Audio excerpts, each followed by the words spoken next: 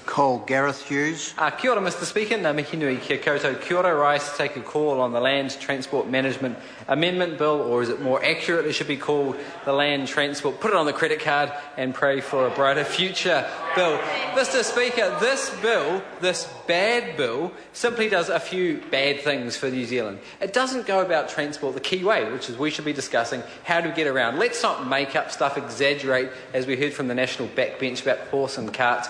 Let's have a discussion around how do we design our transport systems that work for us in 2012? How do we design a transport system that's going to work for the future? How can we have a multi-modal system where we have our role of road safety improvements, rail, coastal shipping, walking and cycling to boost our economy, get us around our cities cheaper and faster and provide it? Because the government hasn't gone from that approach. They've gone from the approach, the Stephen Joyce colossus of roads transport approach, which is put it on the credit card. He's gone around the country spending $14 billion on just 7 new uneconomic motorways, and now he's found he's dug himself a fiscal hole, left the mess up to Jerry Brownlee, the current Transport Minister, and now they have to put it on the credit card. The bill also streamlines toll roads in New Zealand. I want to quickly touch on the privacy implications there, and then reduces local input and decision making when it comes to it. So it's simply incredible. A time of austerity, when we're facing nearly $70 billion in gross national debt,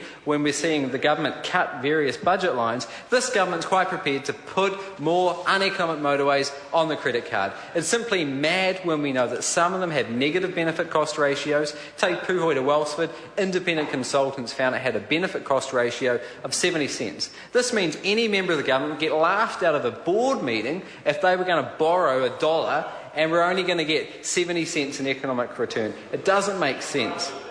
Now what we're seeing is a time of record high oil prices, declining road traffic, and public transport patronage breaking records, going through the roof. This government looking towards the 1950s to borrow more for motorways. It's like Julius Vogel in the 1870s is borrowing billions to build bullock tracks, not the high technology of the time.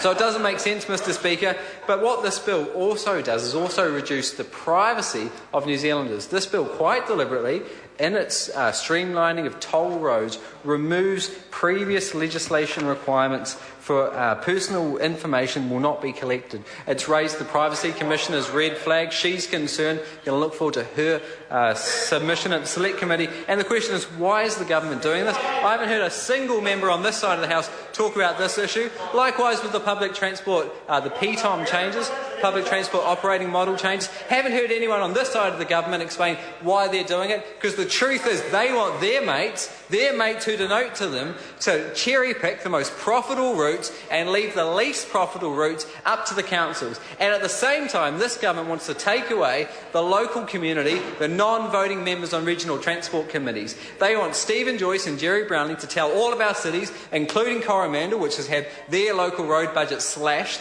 to pay for Auckland, to pay for Wellington, to pay for Waikato. No money for Coromandel. This is what we're seeing going forward with road safety. We could be spending that money on road safety improvements. We could be spending that money saving the Gisborne rail line. We could be saving that money getting a rail link between our first and third biggest city, but we can't because Jerry Brownlee and Stephen Joyce has raided the transport money, raided the transport pantry. They've run out, now they have to put in the credit card, and now they're saying your privacy will not be respected, your local decisions will not be respected. In fact, we're going to take those people off your regional transport committees. At the same time, they're also saying to Auckland that we're not going to let you decide what you do with your transport money. They're explicitly stating in this legislation that we can't have regional fuel levies. Now, if Auckland wants to do it, if Auckland wants to go forward, they should be able to do it. This government is the block to Auckland going forward, and they are going to get punished down the line. Mr Speaker, the last election the Green Party went to the New Zealand electorate with a modern plan for a smart transport that would have saved the taxpayer money, that would have paid down debt, that would have invested a considerable share in the CBD rail link, light rail for Auckland, rail, coastal shipping, and what we lack from this government, road safety improvements, which would actually save Kiwi lives now. There's a better way of doing it, and Mr Speaker, this bill was the absolute worst way you'd go about it. Kia ora, Mr Speaker. I call Simon O'Connor. Look, at the heart of this bill is about efficiency in transport, and I